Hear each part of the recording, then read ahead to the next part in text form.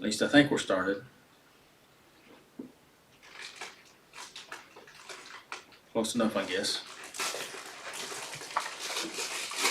Well, welcome everyone. I'm Doug Wilkerson. This is Saturday Night Live Life Recovery. Life recovery means that we're working on trying to recover from life, because life is messy. Is that not the truth? And if it's messy and things are messed up, then that means it's messing with our life. Anybody had anything ever mess with your life? You don't have to answer that. I already know the answer. It is the way it is, right? Yeah. So what we're doing is we're coming together to not only in our live meeting, but also on the internet. And hello, folks on the internet. I'm glad you're with us, whether it's right now or on a replay. But we want to help you to do better, get better, re-regulate your life, your thoughts, your emotions. We need all that, and it takes some work. First, you have to become aware what you need to do, and then you have to become aware of what you need to do. So here we are. Tonight, we're going to be talking about a very interesting topic that Tommy picked out. We're in step 2, but our topic is grandiose thinking. And that's out of our scripture topic, reference for our topic, is Daniel 4:19 through 33. That's the story of King Nebuchadnezzar and what happened there. And I think it's a very appropriate story for us that have ever lost our mind along the way. And you don't have to respond to that either. But I would say most of us have been there. And some of it was maybe circumstance induced, but oftentimes it's self-induced. Hello? Yeah. And one of the quotes we read last week that Einstein says that you can't fix a problem with the same brain that created it. So that's the reason why it's so important that we get some help. And that leads us up to where I'm going to read step 2 here. We came to believe that a power greater than ourselves, and that's what I'm talking about, getting some help from a power greater than us, because we're not getting it done, could restore us to sanity. And that's what we're talking about, sanity. And that's, I didn't look this up. Let's ask that question. What is the definition of sanity? Well, we have a pretty good idea what insanity is, right? You can pick whichever one you want to talk about. Yes, Robert. I think sanity is just general order and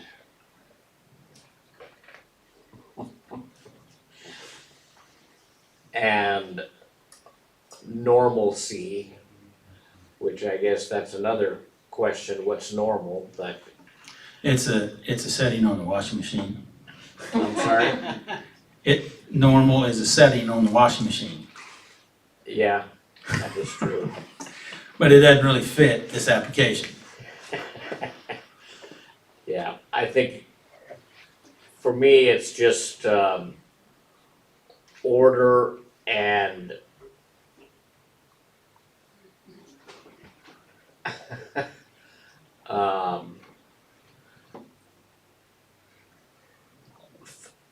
a general sense of well-being. That's good. I like that. I like that.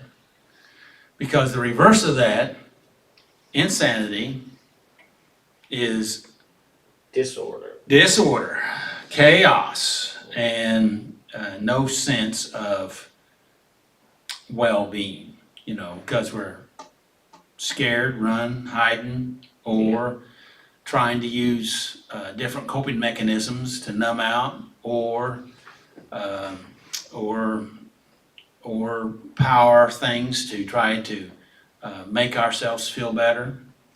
And the only trouble is, if any of those do help, it's very, very temporary. Yeah. And it usually causes more disorder and chaos in your life. Would you agree with that? Yes. So, all right. So that's step 2. That's what we're talking about. And what does grandiose thinking mean? I do have a sheet over there. Yes, Tommy.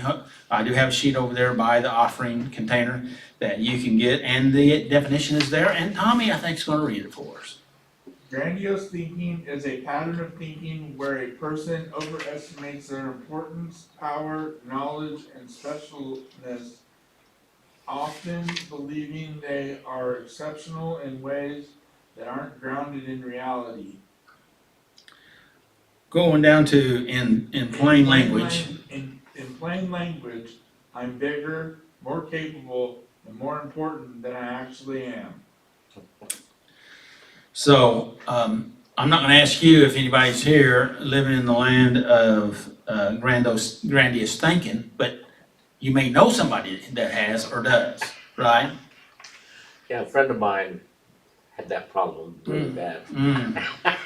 Yeah, yeah. And you only got to see him once a day when you're shaving? Is that what you're trying to say? Yeah. Everything looked in the mirror. What'd you say, John? Or every time you look in the mirror. Yeah, well, that was my point there. That was an indirect thing.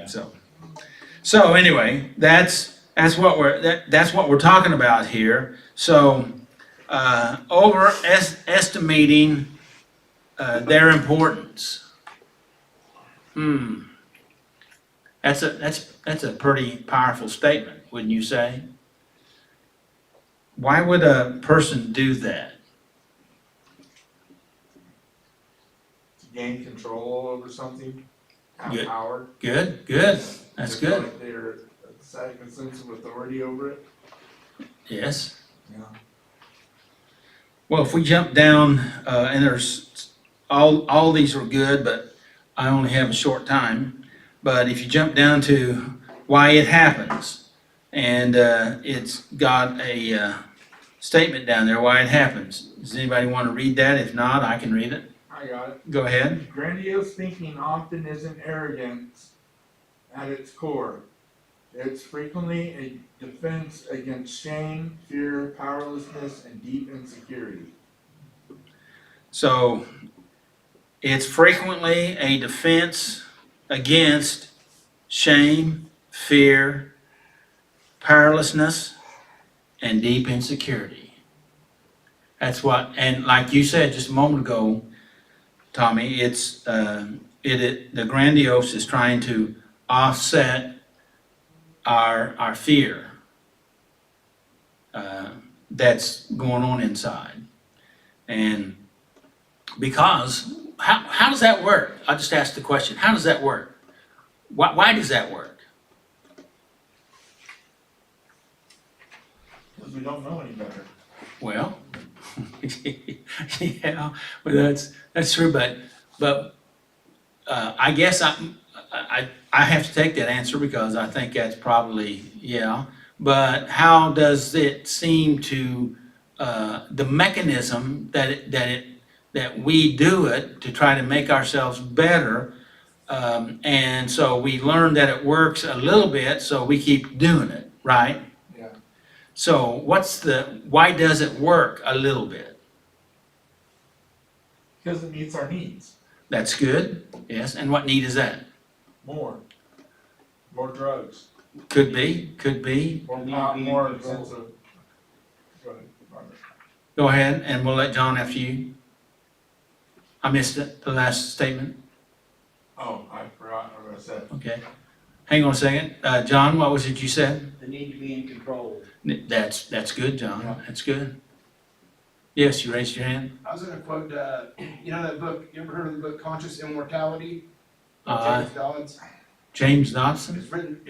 James Dodds, who's written. Oh, Dodds. 1903.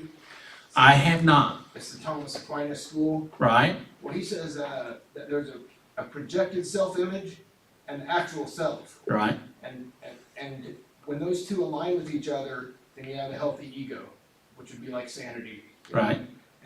But he said, in most cases, their projected self-image is better or greater than they actually are. So, that might be part of it. Mm. Yeah. And the trouble is, we project what we want to be, and we're taught that, but we feel that we don't have the capabilities to be that, and so then we're operating from a weak or fear position there. And until we align those things together, then, and know who we really are and able to do that, then you don't have to force your way around, because you have done the hard work on yourself, that self that you were talking about, the inner self. Because most of the time, I keep adding on, most of the time we assume or believe a lie about ourselves. And God has, His desire is for us to know Him and recognize His image, which is our self-image. And we've talked about that in the past. So, good comment. Yes, Robert?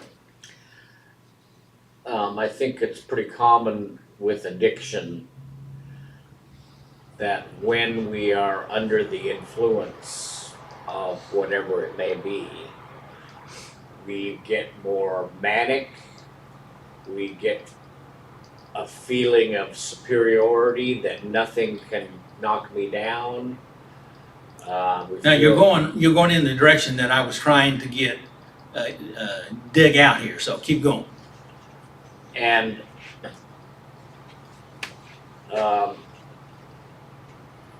it's the thing that comes when we come crashing down. We have to realize that that is only a false sense of power, that it is only because of some outside influence that we're putting into our brain. And Well, those would be substances. yeah, Right. and the crash, the downward crash is usually much more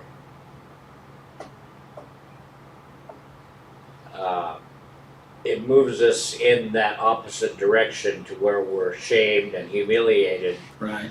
much Good. to a further degree than the high was. You bet. At least that's the way it was for me. Mhm. And that makes us feel terrible, and then we think, well, maybe I didn't go about it the right way. I need to try more, or I need to gamble more dollars. Right. Maybe I haven't found the right system yet. So it's just a whole circle of terribleness. And on the sheet there, it talks about, what it looks like is believing that I can fix it. Yeah. When you're in a hole, they always say one of the main things you need to do is stop digging. Right? So, but the point, and I agree with your statement about substances, but obsessive compulsive behaviors create a substance of its own. Endorphins. Well, that's the way gambling was. I mean, Right. I didn't put anything into my body, but boy, it sure affected me. You bet.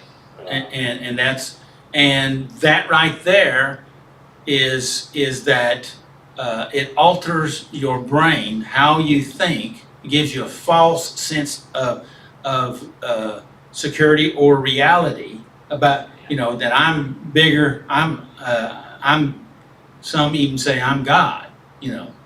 And so I can't fail. Well, we all know that that's not the way that it is, particularly when you're separated from God, right? So that was kind of the answer to my question, so good job. Let's go to,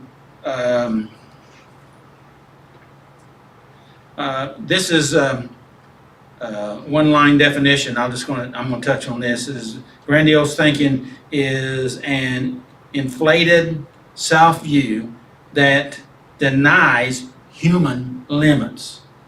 Sound familiar to anybody? You know, not on you, but somebody you know. And dependency on, and dependency on God and others. So you're overinflated, so you're denying, your human limits, you're denying depending on God or others, and so you're cutting yourself off, which is another thing we talk about all the time, and that's isolation, right? And how does that work out for those people that are isolate? Not good. So how'd you like the way I asked that question? I'm paranoid. So, next question is, well, I know what the question is, but I just can't find it here. I know it's right there. Step 2 is, how does step 2 connect with grandiose thinking? Well, step 2 breaks grandiose thinking. I thought that was a very powerful statement. Step 2 breaks grandiose thinking. So let's review step 2 again. Is that okay? We came to believe that a power greater than ourselves can restore us to sanity. See, if we don't come to that belief, then we're in that state of chaos. So it causes that cycle to stop. Yeah, because now you're recognizing the truth of what's going on. Now that doesn't mean you immediately know what you need to do, but now at least You begin to get better.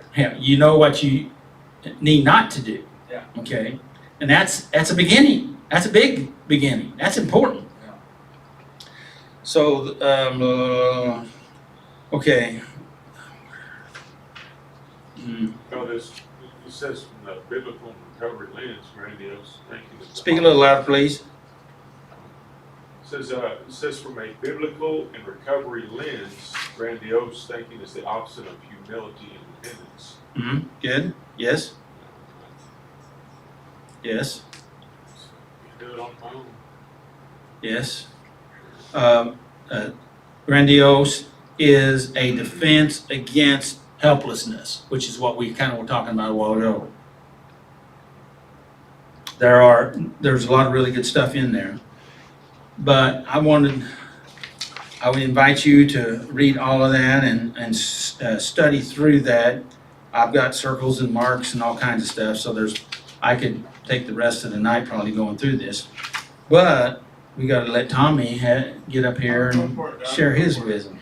But I want to read a quote that I have down here that I think is on that sheet. I think I put it on the sheet by Dr. Carl Jung. And that is the psychological rule says that when an inner situation, remember, inner situation, what are we talking about? Stuff on the inside of who? You. Okay? That when an inner situation is made conscious, what does that mean? Instead of living in denial, like we said a while ago, Aware. you become aware. Yeah. Become aware. So that when an inner situation is not made conscious, it happens outside as fate. What in the world does all that mean? Shall I tell you what I think it means? Yep. And that is that we have stuff that pushes us around. We can say it's beliefs, maybe it's thoughts, maybe it's even voices. It's stuff that pushes us around. And oftentimes, we just try to block that out and deny it. And believe that the lie that we're believing is not a lie, it's the truth. And all I have to do is, kind of like what Robert said a while ago, just do more of what I've been doing, which is Einstein's definition of insanity. The rest of that is and fate. I know that sometimes we get sideways on that word fate, but that is what shows up in our life. And why does it show up in our life? Is because we're making it show up that way.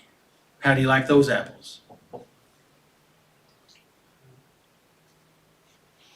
So when we complain about the way things are, you need to realize I have chosen this mess by not dealing with this mess. Okay? And then what happens? It gets bigger, right? Harder. It gets uglier, meaner, more ruthless. Is that not true? Have you experienced that? Yes. Okay. That is to say, when the individual remains undivided, that means when you will not see that what's going on in the inside, you're pretending that it's not there, or you're choosing not to even look, or you're saying it's somebody else's fault. Okay.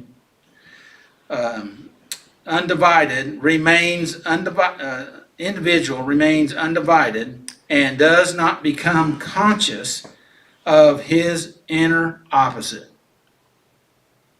See, each of us have that true core of us, and it's there trying to help us, has always been there. Is that not true? But oftentimes we override it. We numb ourselves to that. We pretend that, well, this time it's okay. Do you know what I'm talking about? Or you know somebody that lives that way? Does not become conscious of his inner opposite. The world must act out the conflict. In other words, the world, we don't really realize how powerful we are, and most of the difficulties in our life, and I said most, and maybe that's a bold statement, but are as a result of decisions or choices that we made somewhere, or a unhealthy reaction to somebody else's decision or choice. Does that make sense? Yeah. Okay, well, give me an illustration. You get mad because somebody does something to you, so you've decided my rule is to get revenge. And how does that work out for you? You're even with them. Yeah, get even with them. But you never get even. No. Vengeance belongs to the Lord. Yeah. And so that's the reason why what we talked about last week is so important about forgiveness. Forgiving ourselves and being able to forgive others. Letting it go. And let the higher power, God, take care of it. Not faking it, not pretending that it doesn't matter, because it does matter, but I choose not to poison my own soul any longer. And that's hard to see sometimes, particularly when you're so entrenched in that. Is that not correct? So, I'm going to go ahead and read one more, and that's right below that is Carl Jung again, which I really like Carl Jung. It said, I am not what happens to me. Okay, I thought this was a good follow-up quote. I am not what happens to me. I am what I choose to become. So that quote right there puts a majority of the responsibility on us. Now I know that can be heavy, but truth is truth. And I'm not trying to tell you what to do, and I'm not trying to tell you how to think. I'm just giving you an opportunity to think from a different perspective, because that is the power. So you can protect your heart and your mind. and have it line up with God. And that's where the blessing is. Amen? Amen. All right, who's reading the steps? All right, looks like Willie's reading the steps.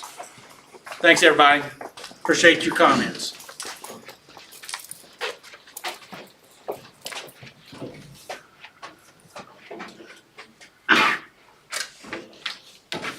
Step one, we admitted we were powerless over our problems and our lives had become unmanageable.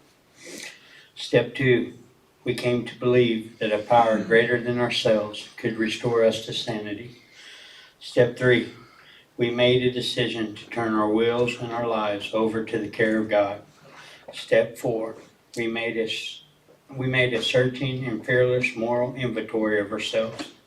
Step five, we admitted to God, to ourselves, and to another human being the exact nature of our wrongs. Step six, we were entirely ready to have God remove these defects of character. 7, we humbly asked God to remove our shortcomings. 8, we made a list of all persons that we had harmed and became willing to make amends to them all. 9, we made direct amends to such people whenever possible, except when to do so would injure them or others.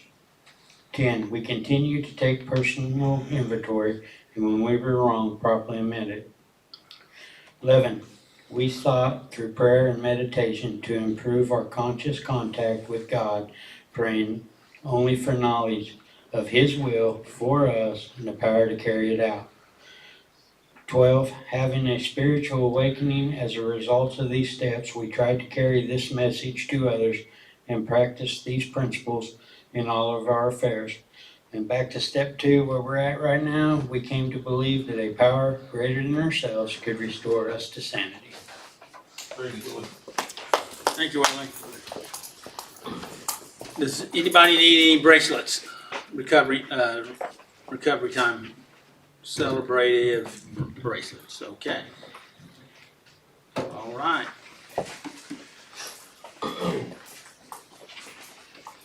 So, Hello, everybody. hello, Tommy. For 4 months. so, 4? Yeah. Willie. Willie? He's talking Oh, to you. Willie, no, I don't want. I What want Tom. color's 4 months on the bracelets? You should have it there on the wall. I thought Maroon, 90 days. 90 days? Maroon's 90 days. Maroon? It's 120, right? Uh-huh. It's No. 120, right? Oh, that's 6 months? No. Oh. 4 months. Yeah, I had a bad night back in beginning of October. Well, we're glad you're here. Congratulations. So why did you pick this topic? I was hoping you'd ask me that. Oh, well, here we are. Not that bad of a night, by the way. Okay. Why did I pick this topic? Evidently you had, wait a second, evidently you had a good plan for recovery, when there is a slip, and so that's what we need to do. And so can I ask him another question? ahead. Is that all right to ask you a Yes. question? Yes, sir. What'd you learn from that relapse? I guess don't celebrate just for the purpose of celebrating. Okay, Well, also, I'm coming up with an idea to stay like twice removed from, like, not bad people, but people that party like that, you know? Not It's a good only plan. associate with them, but don't communicate with them directly, Mhm. stuff like that. Good deal. Thank you for your honesty there. Appreciate it.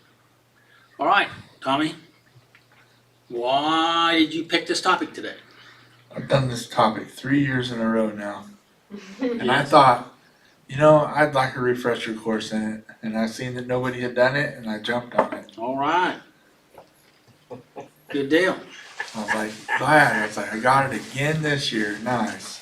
So, and why did you, we'll just have a follow-up question on that. Why did you feel that you needed a refresher course on this particular topic? Even though, Just to make sure that I was, in line with how I was supposed to be and learn maybe where I'm still kind of grandiose in my ways and All right, maybe see if there's some things I can fix. okay, okay. And did you become aware of some things? Not so much. I became aware that maybe I'm on a better track than I was even a year ago. Okay, so isn't that aware of some things? Yes. Okay, all right. Okay, I didn't want to get confused there. No, I just kind of thought I didn't really see that there was many things that I needed to work on that were grandiose as I did last year.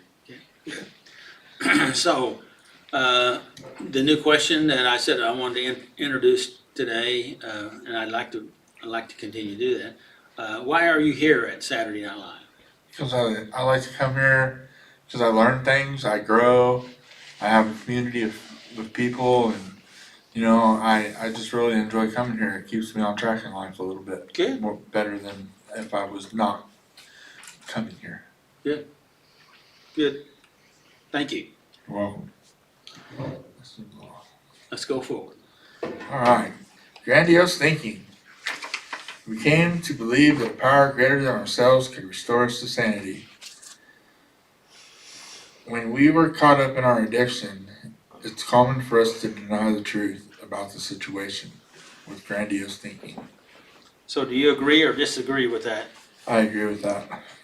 Because I think back about when I was younger and I'd be in situations where I couldn't be around my family because I was around drugs, but I gave myself reasons to believe that they were wrong and I was right.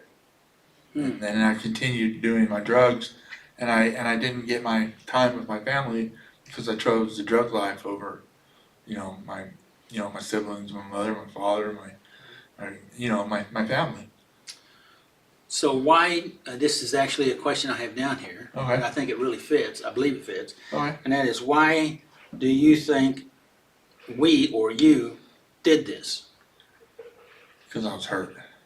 Ah, I think because I had been hurt when I was young.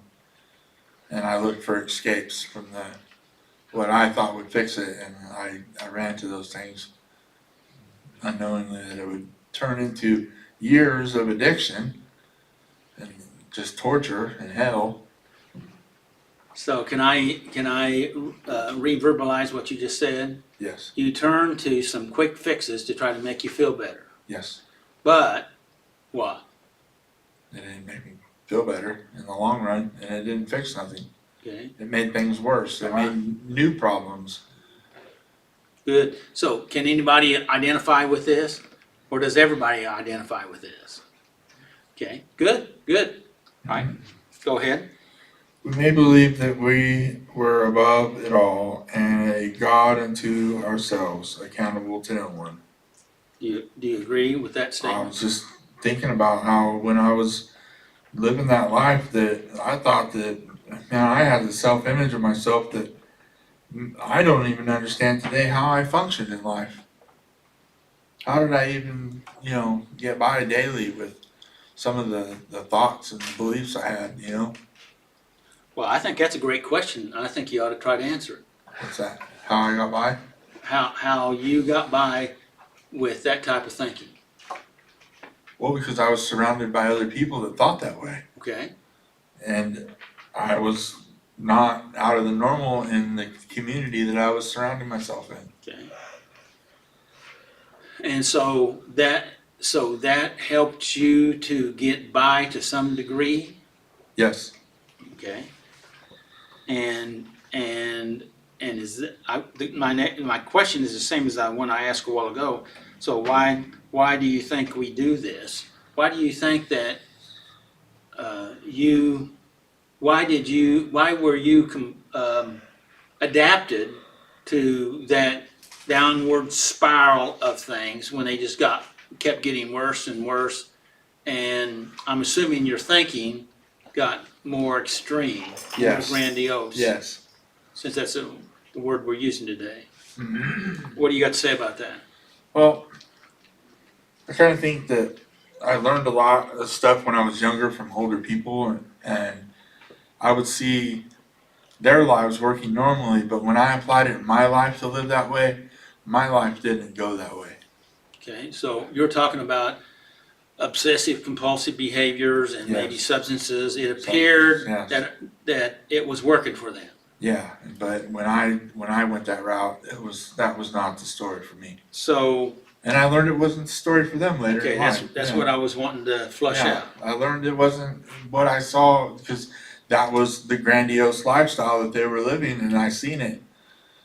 But I didn't see what was underneath. Okay, good. And that's, thank you for that. That kind of flushes that out. So we're, we only know what we know, right? Yes.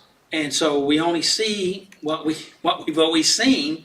And so a while ago, I said, we believe a lie.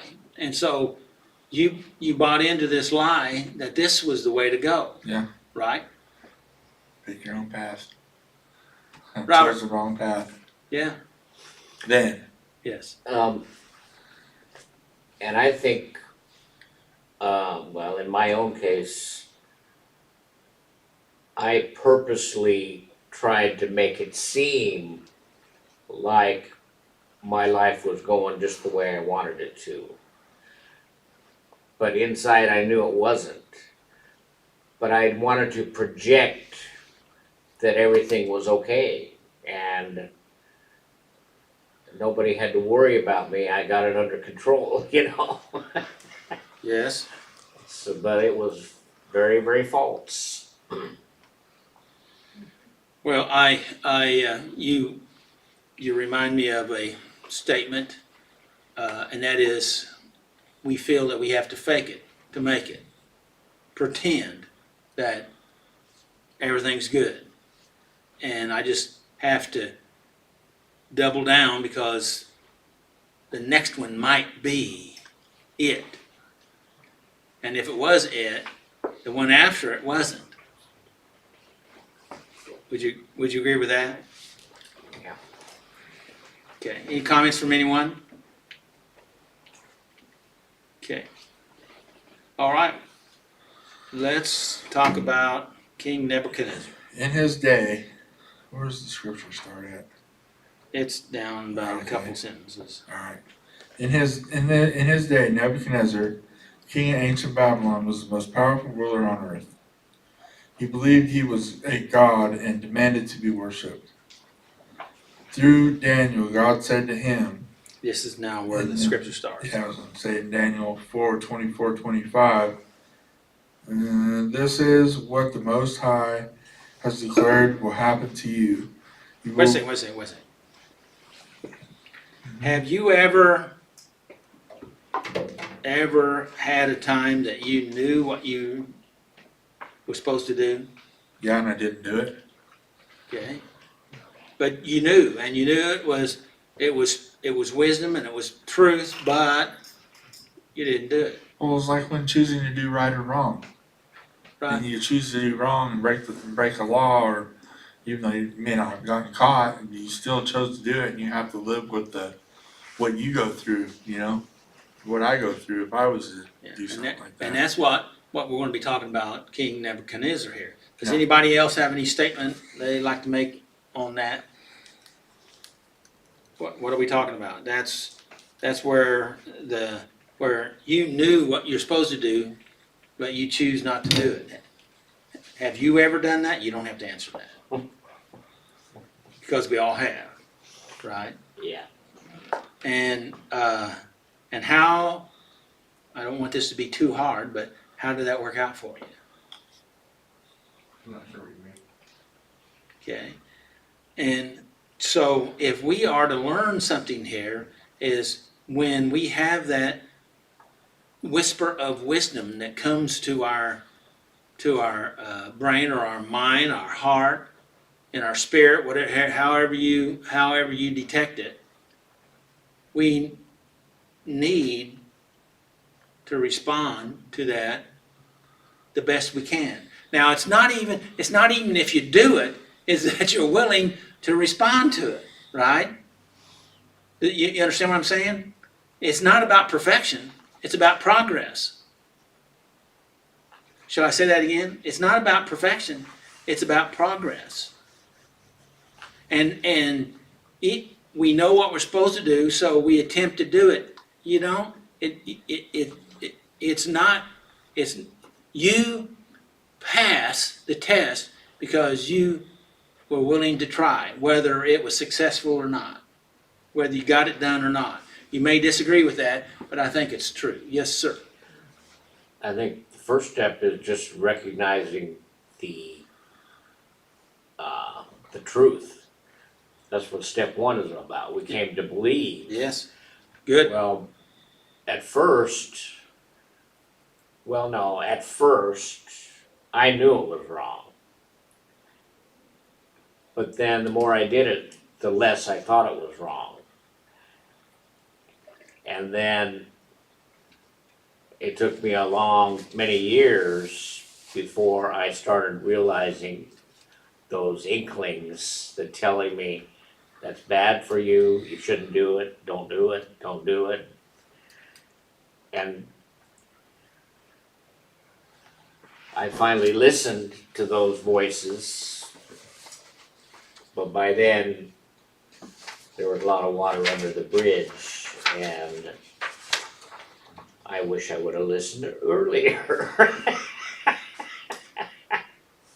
You reminded me of something when you were talking there, and that's right in there, and I'm trying to find it.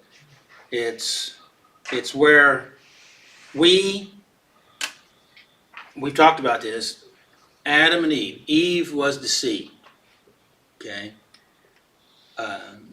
Didn't say that she sinned. Said she was deceived. And she took actions by getting Adam to take of the fruit, and he's the one that put us in the place that we're in, because he turned over his position by making that choice.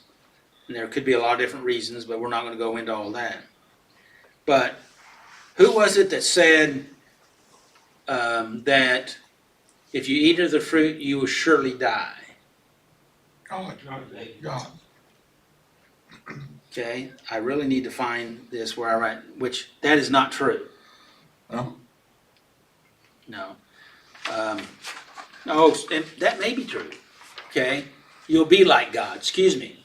Who said Satan. you'll be like God? It was Satan that Satan, says you'll be like God. And see, that's what that grandiose thinking is about, is trying to be like God. Yeah. Excuse me for my misfiring there. But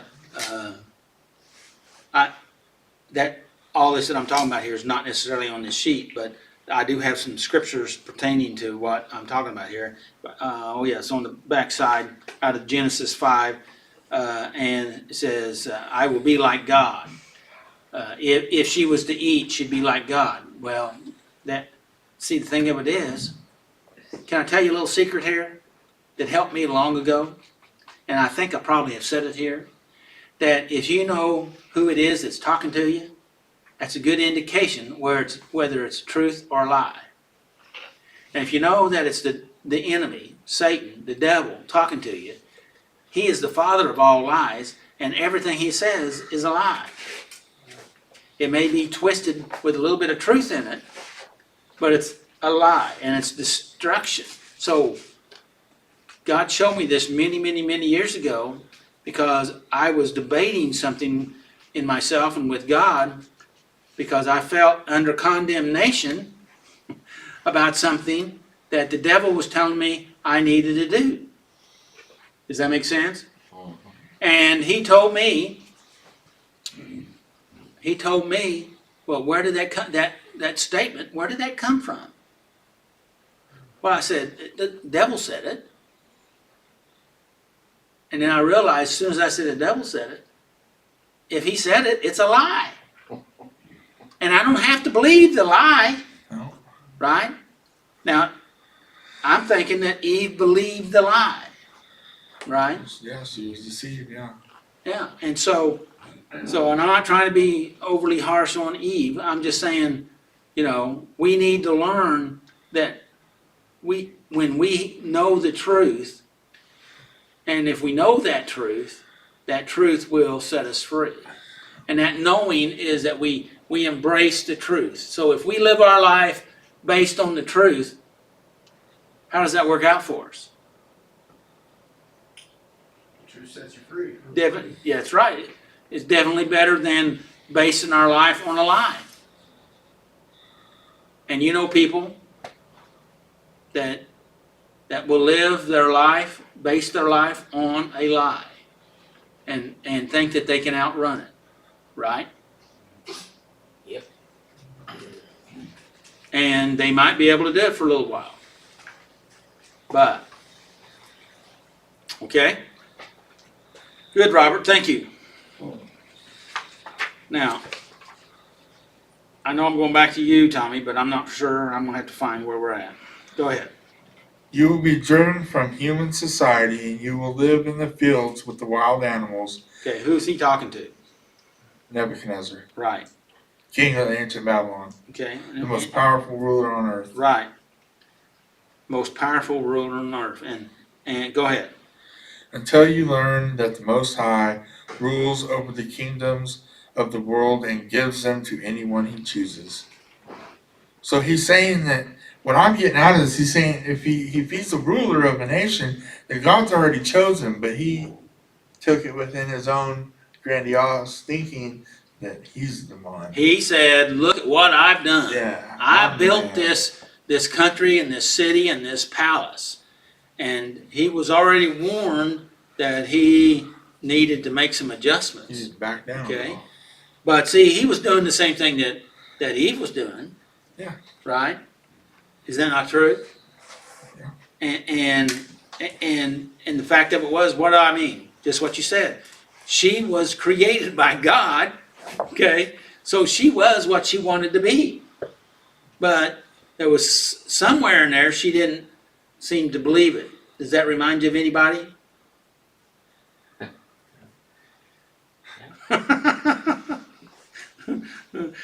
That reminds me of me. How about you of you? All right? And so, and the reason why we believed it is because we bought into that lie, that deception that we told ourselves that was whispered in our ear by the enemy. Would you agree with that statement? Anybody have any comments? Am I going too far? All right? Okay. Because I don't want to, I don't want to harm you. I want to help you. Go ahead. This happened just as Daniel had predicted. At the end of the king's time in exile, he said in Daniel 34, 36, and 37, oh gosh. I looked up to heaven, my sanity returned, and I praised and worshiped the Most High, and honored the one who lives forever.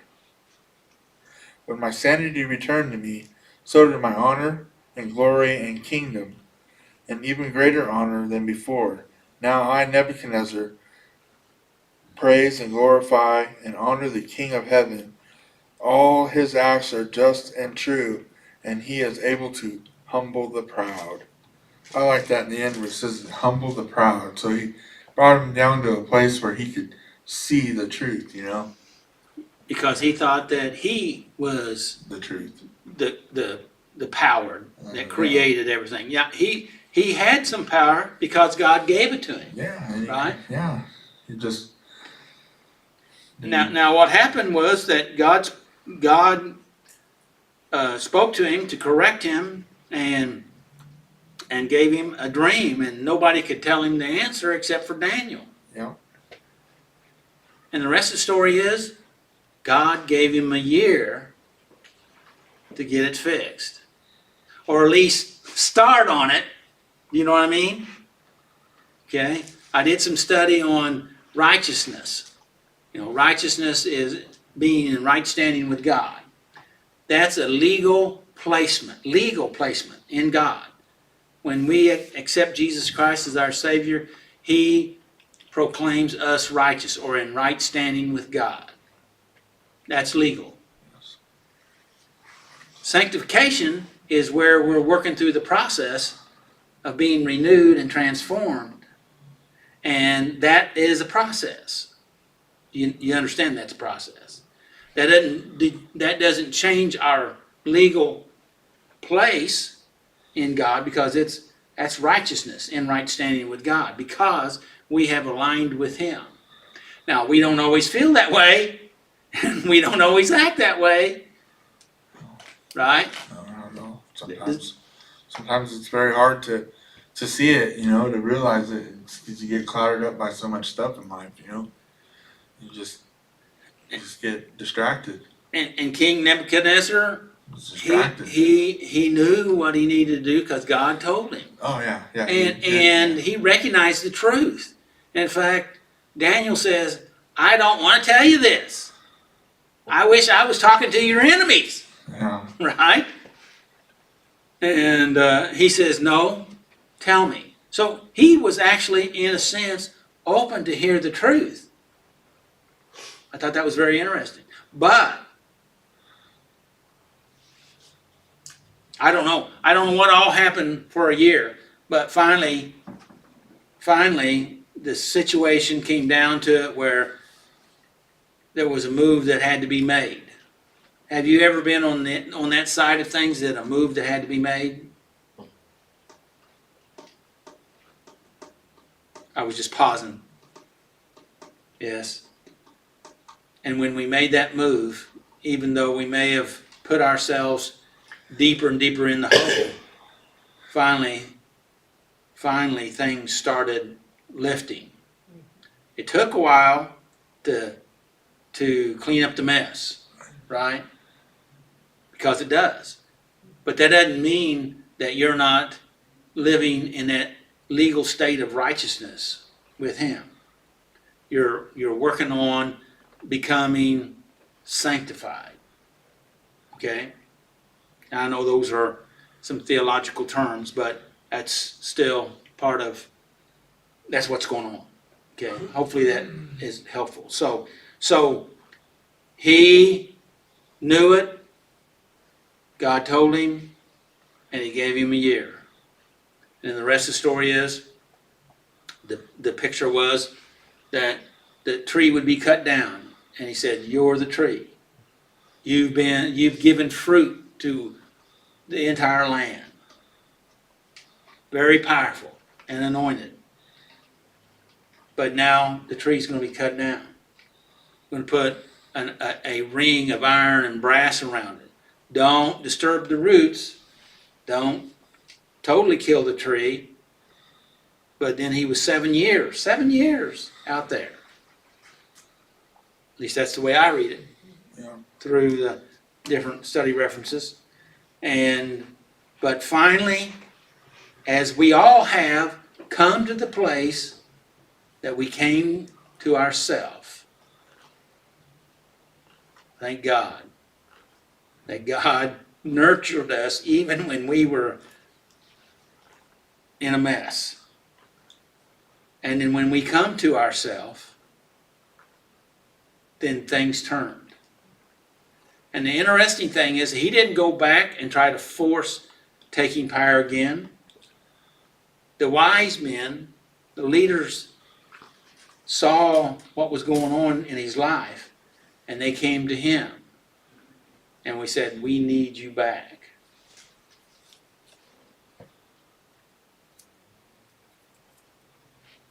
What do you think about that?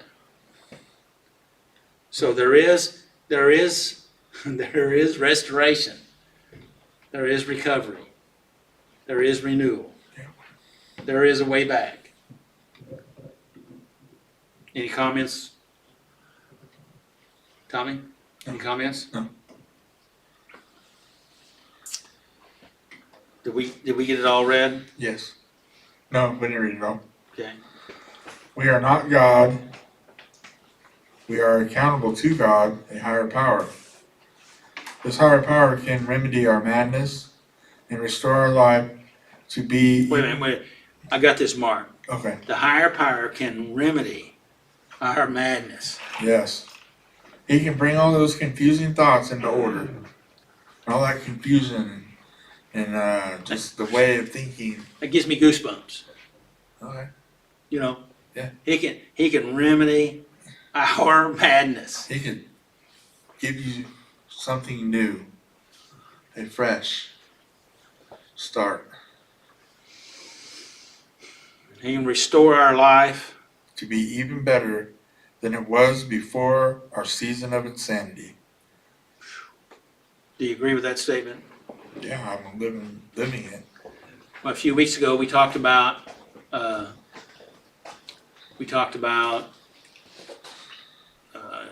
Job. Oh, I saw the first part, but I couldn't get the second part. Job, how God restored things back to him. Yeah, there was losses. It all happened. yeah. But God moved in his life, and it can be good again. Yeah. Good? God will do so if we entrust our life to Him. Yes. So what does that mean?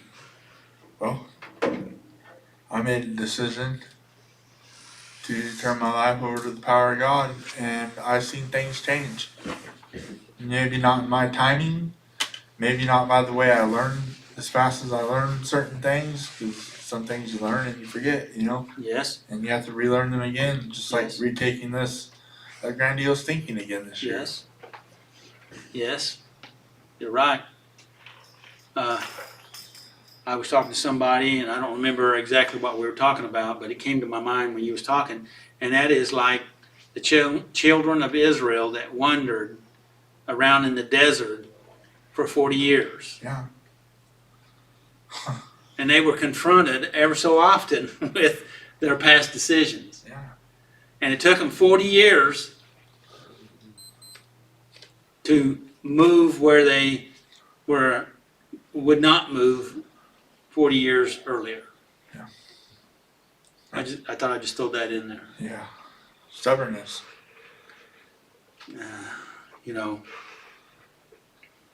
Sometimes we figure, since I can't forgive myself, maybe God can't forgive me. That's not true, I've felt that way. but it's not true. No. And I had to learn to forgive myself. Yes.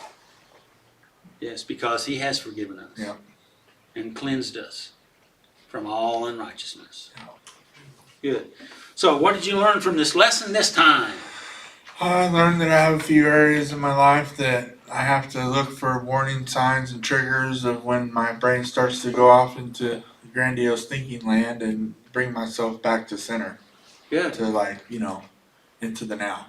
Do you have a technique to do that you'd like to share? I usually recognize a few things around me, and I see if I can smell something, or what do I touch something. I just go through That's different called things. that's called grounding. Grounding. Yeah, I do grounding techniques, and other ones are like have a mantra. When my thinking and I was just really crazy and like had a lot of symptoms of mental health problems, and I learned the grounding techniques really were very helpful. Mm-hmm.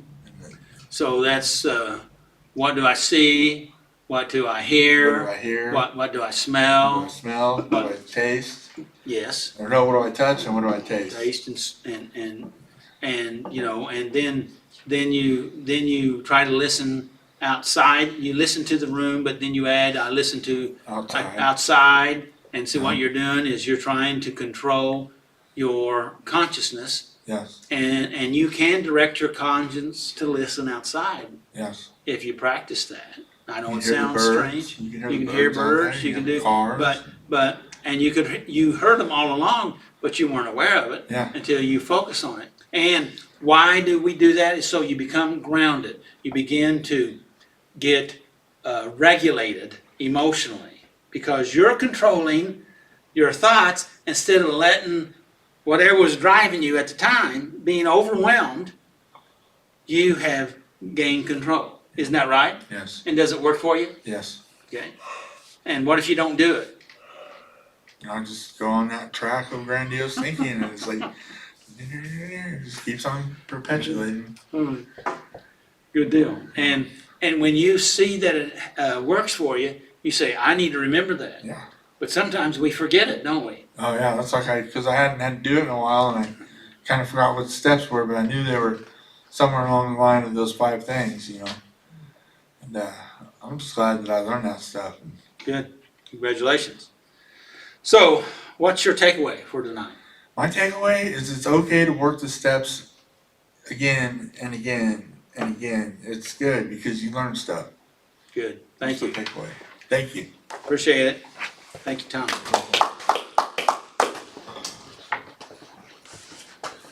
Come on down, Brandon.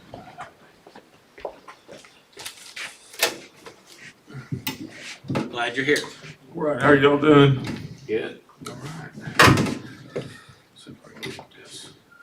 Okay, For's on. Grandiose, thank you. Yep.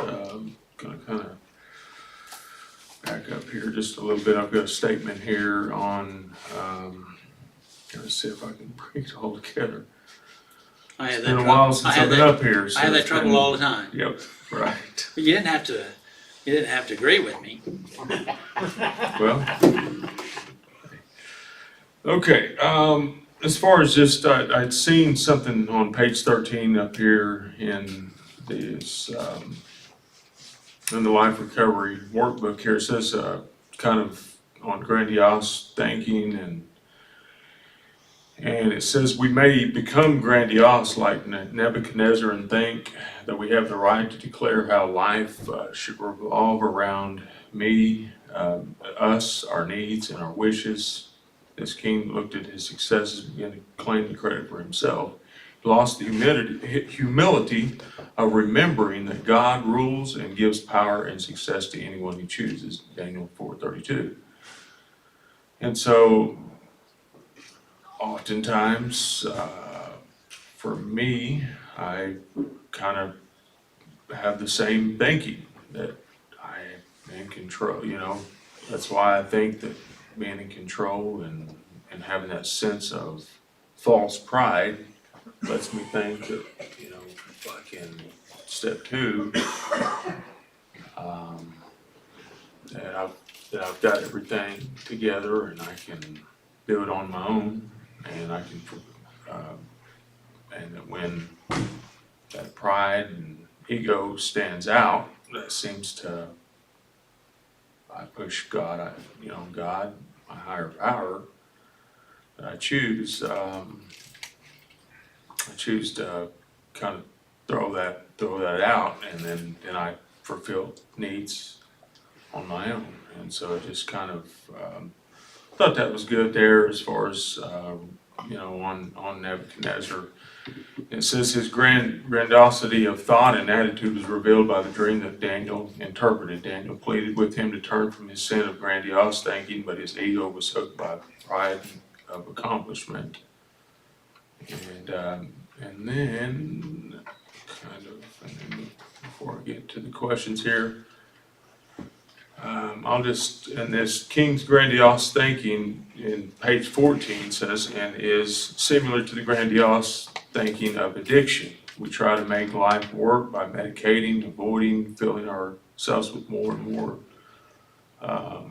sex, food, relationships, or substances. What eventually happens is similar to what happened to Nebuchadnezzar. We end up wandering aimlessly, humiliated, and not accomplishing much. His season of insanity was like a season of addiction. So, kind of in my deal, I kept filling what only I knew, even in spite of, for me, I had a relationship with God, but I really didn't know God, didn't really know, and you talked about the identity in earlier, kind of that false sense of not really knowing who I was. So I kind of looked to other means of not dealing with that, dealing with those fears and dealing with, because I didn't really know who I was. Didn't know that I was accepted, I was chosen, I was everything that God said that I was, even though I used that in spite of me being accepted in Him and chosen in Him. It mind boggles me why I would choose that life of drugs and all the things that I put in. And so it just, like I said, the grandiose thinking, similar to the grandiose of addiction, we try to make life work by medicating, avoiding, filling ourselves with more and more Yeah. of that. So Yeah. It's good. the fears and trying to fill up, Yes. and drive away the fears by looking to the wrong source. So, and it didn't work out too well. So, drove me in more. And more. What was that last? It drove me more Okay. and more to and other Obsessive compulsive Other- behaviors and and Substances. more fears and more And- this and and problems and difficulties acting out with on family life. and Yeah. yep, so it can turn into a snowball effect if we're not careful, because that's the way it is. One lie grows another one, right? Has everybody seen that before? Yeah. And then you don't even know how you got here. So what we have to do is do exactly what Nebuchadnezzar did. And that was, finally, he came to a place that it was just him and God. right. What do you think about that? I think it takes sometimes hitting rock bottom for us to figure it out, and sometimes we don't do it then. Well, Apostle Paul was in that, well, it was Saul then, but he was in that same situation, right? Jacob, when he was going to address his brother out there, that's when he was in that situation, what are you going to do? He put together a plan that he was going to send his family and all the slaves and everything out in front of him, and thought maybe they'd get tired by the time they got to him. Basically, it's what he was doing. And then he realized that wasn't what he needed to do. He needed to go and be out front and meet his brother. Now that's hard. That's big. When he's lived all those years believing and knowing that his brother was going to kill him on sight. Right? But one night with God, wrestling with God or the angel, or however you want to term it, he experienced something. Why? This is my opinion, is because he was so desperate that he thought he was dying the next day, and that he sought God, and he said, "I'm not letting go until you bless me." Now, that blessing felt like painful because it knocked his hip out of socket. Okay, and then he walked with a limp evermore, but that was the beginning. Thank God for beginnings. Second chances, third chance. All right. Question 1, it says, when in my addiction, in what ways did I display the belief that I was only accountable to myself? Well, I thought, when I went out and used, for me, I was only hurting myself and my loved ones, or just when in fact that wasn't the case. And so I thought, well, I was hurting myself, so why not, really got that belief that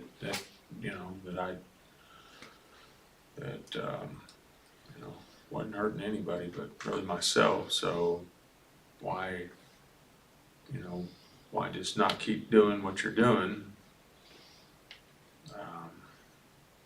And I think, let's see, what else did I put? Once I started using, I didn't want to face reality, didn't want to face the, you know, I was already in that lie, or I was facing. So, So we'll go back to what happened to Eve. She believed a lie and then she deceived herself. And that's kind of what you described. That's what came to my mind there. Anybody here ever deceived themselves? Yeah. We all have. Lord help us. yeah, Lord help us. not applying what I know, you know, that's the main thing. You know, Well, you when can know just- the word, but. Just like Nebuchadnezzar, he knew what he was supposed to do, but he didn't do it. Correct. Yes, sir. Just a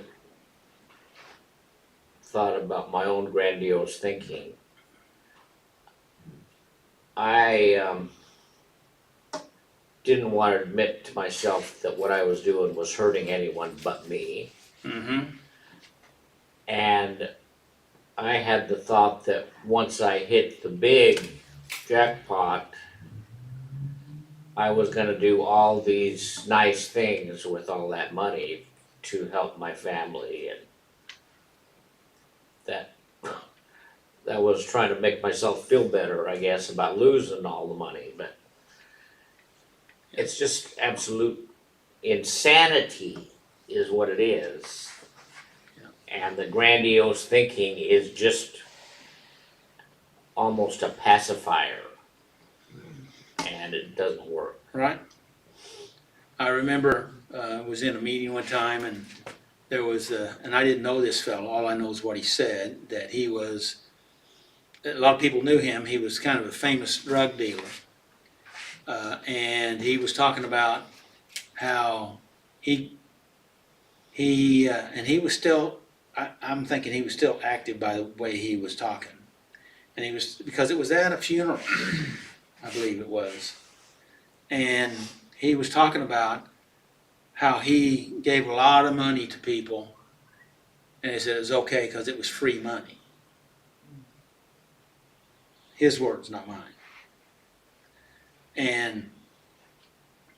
But I think it ties in to believing a lie, justifying the bad. Yes, that'd be a good place to ask that question. Anybody here justified your bad? You don't have to answer that. So, go ahead. And so on that,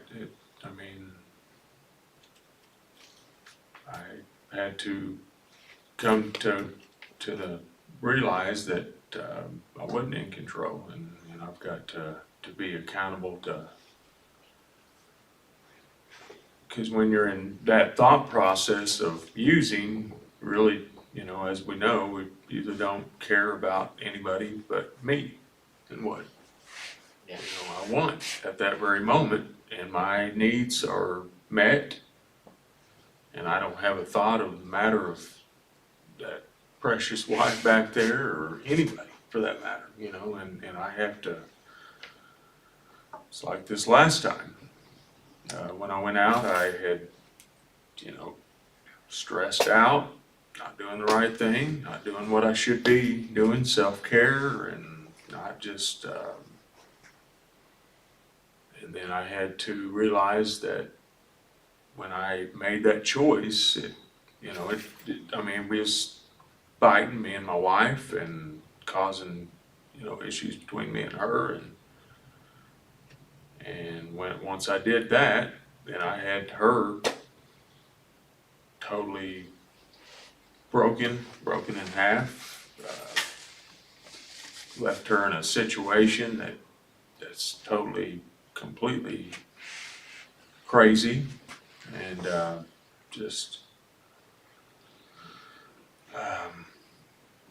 so I had to finally then come to my praise the Lord that He got me out of that again, and I had to finally come to that place that, what did I learn in that situation in this last fall, you know?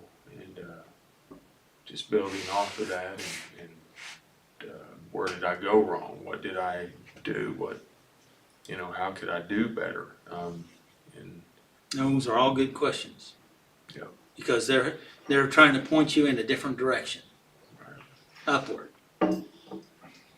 Good. Let's go to number 2. Okay. It says, how have I tried to how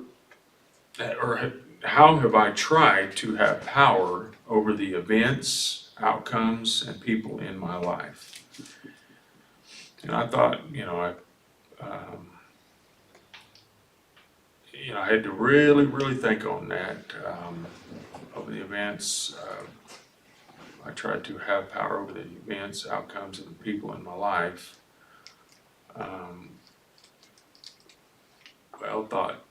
Thought my way of doing things was better. But for me, I have a hard time with, I don't know, I do in some instances, but sometimes I'll be very passive in situations, and so I seem to take and let people rule over me in some situations. If I'm understanding this question correctly, it says, how have I tried to power over the events, outcomes, and people in my life? And I'm very passive in that. A lot of times I let people rule over me instead of me taking that Personal responsibility. personal responsibility Mhm. myself. So So why would a person put themselves in that? You don't have to answer this, but why would a person put themselves in a situation like that to where it reinforces passive behavior, which is probably not healthy or actually good for everybody involved, I'm assuming, because Right. usually that's the way it is.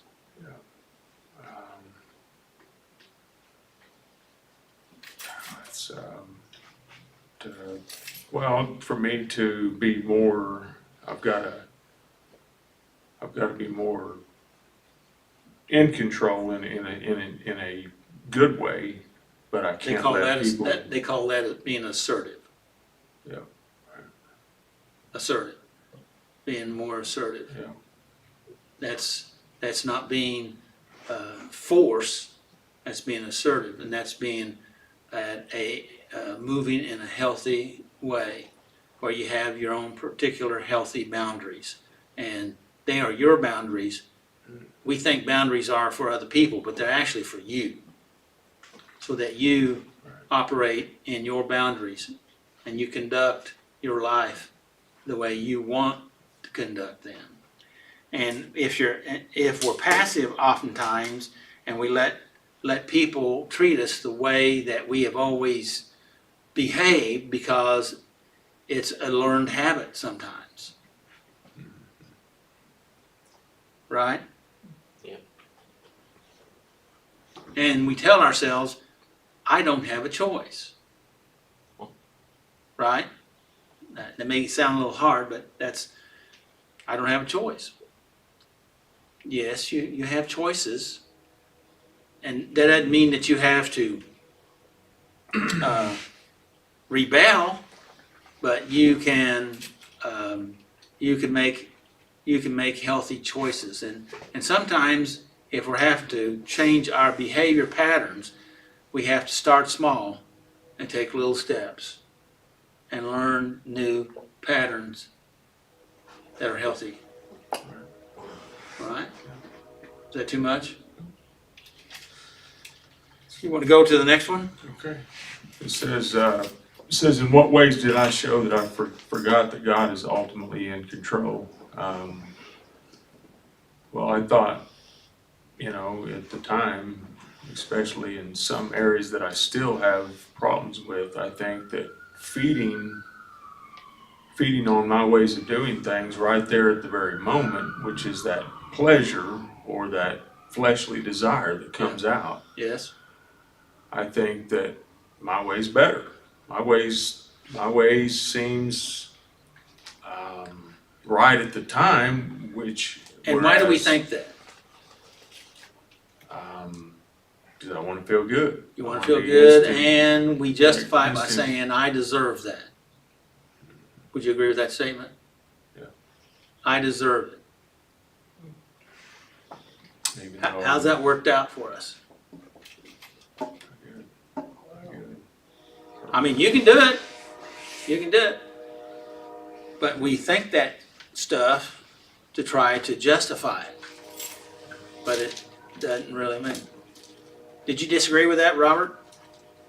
No, I would not disagree. Well, you can. You can. I just. Yeah, you can, and I have, but it didn't work out well.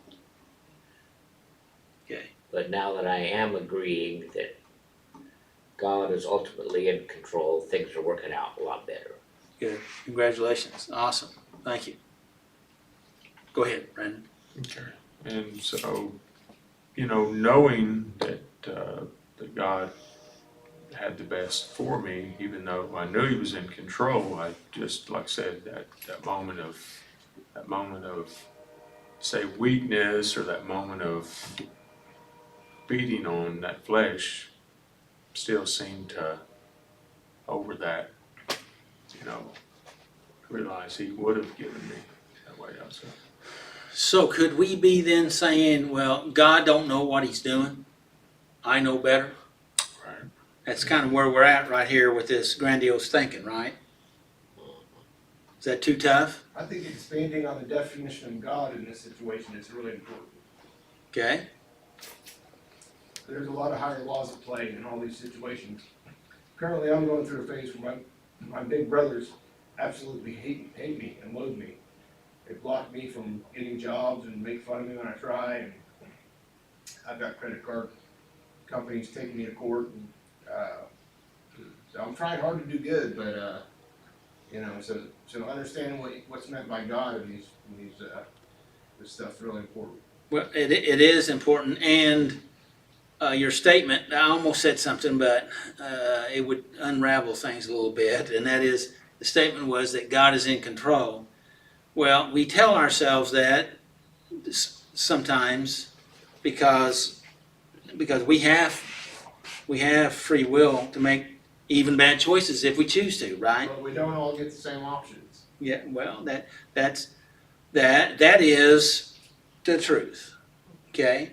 And as one guy told me when I was in the middle of a dilemma, he said, you have to play the cards that are dealt to you.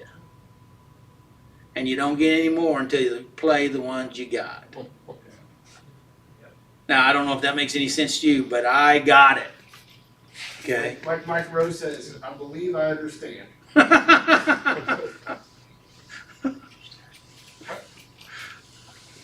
Thank you. Okay. Bring it on home.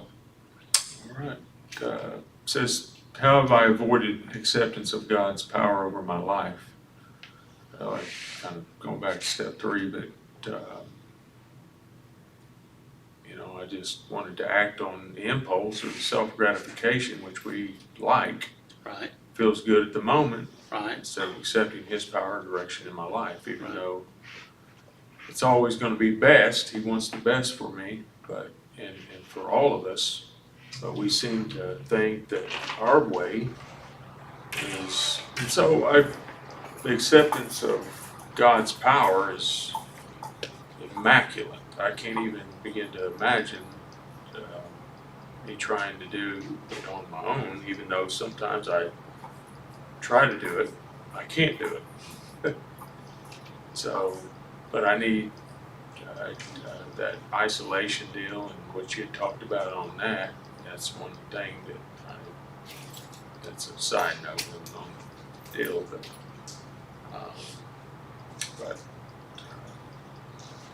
that's a process, of realizing, because once I give in to my own impulse, then I kind of get to the place where if I fall back into that same behavior, which I've had a problem, and it's caused problems with me and my wife, and I get to the point where I just say I don't care anymore. After so long, I've got to the point where I just don't, I shrug the Holy Spirit, or I just shrug him out, God out the door, to the point where it's just like, what's happened? Now I don't have that conviction. Now I don't have that. It's like I'm spiritually numb to that. Yeah, you don't feel His place. presence. So- And so that's a real good lesson to be aware of, So, because that is some of God's greatest grace, is to feel His presence. And King Nebuchadnezzar, God visited him. He felt something, okay, because he responded to it, and he turned the kingdom upside down, looking for some help. And then he thought, I can do it on my own.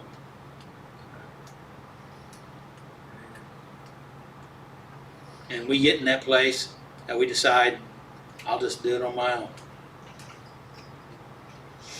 And then we get to go another trip around the desert again.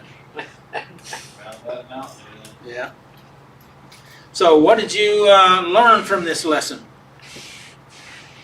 I need to turn everything over to God and realize my way's not, my way is not the best way, and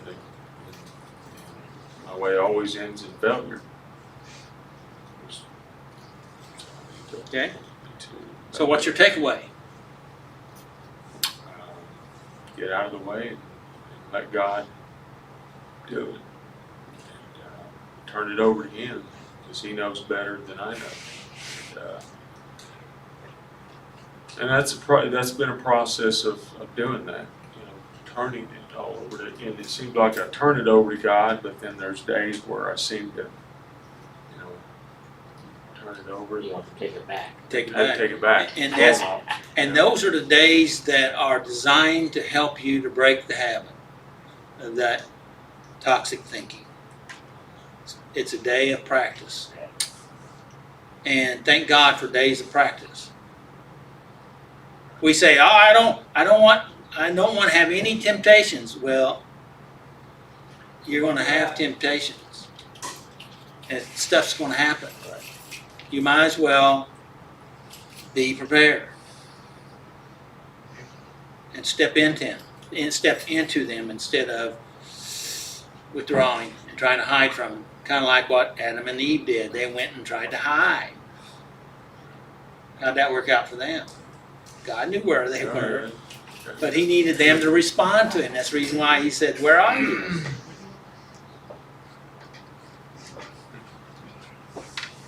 Any last comments? Thanks. Questions for me, or? Any questions for Brandon? Well, I'd be curious to know if some of these guys out here, they learned something out of this. Do what? That's how you know you're good, when there are no questions. Yeah, maybe. I'm not buying it. So what did you guys learn out of this lesson? I learned that I need to keep taking the steps that I am so that I can keep getting better. Good. Anybody else? Yes, Robert. I keep thinking of a worship song, and I'll attempt to sing a portion of it. It says, "But your way is better," and that's, every time I hear it, I think, yes, your way is better. My way didn't work. Your way is better, God. Thank you for showing me your way. And that gives you an opportunity to make a decision to surrender. Yeah. That's good. Thank you for that. Anyone else? You're looking at me, Lori. I'm paying attention. Well, I thought maybe you had something you wanted to say, and you just need a little encouragement. Okay. Thank you, Brandon. Appreciate it. You did good.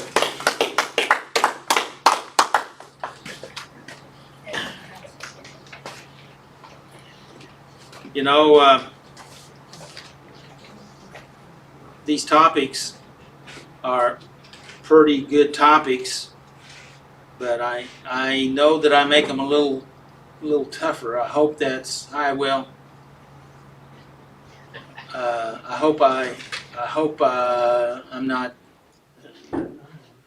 being troublesome to you. Hopefully it helps you, equips you, enables you to have a better life, because that's what I want, be able to deal with life.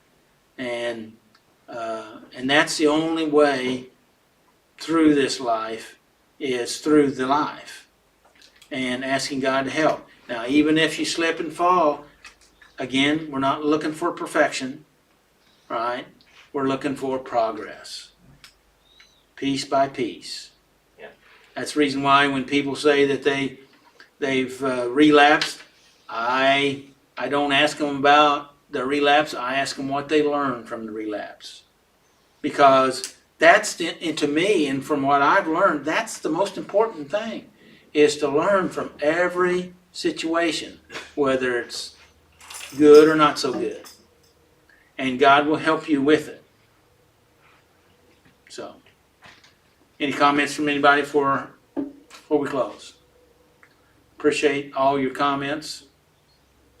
I moved kind of quick there, right? Because I didn't see anybody start to talk. So, may the Lord bless you and keep you, and may His face shine upon you and give you His peace. Amen. Will, did you have any comments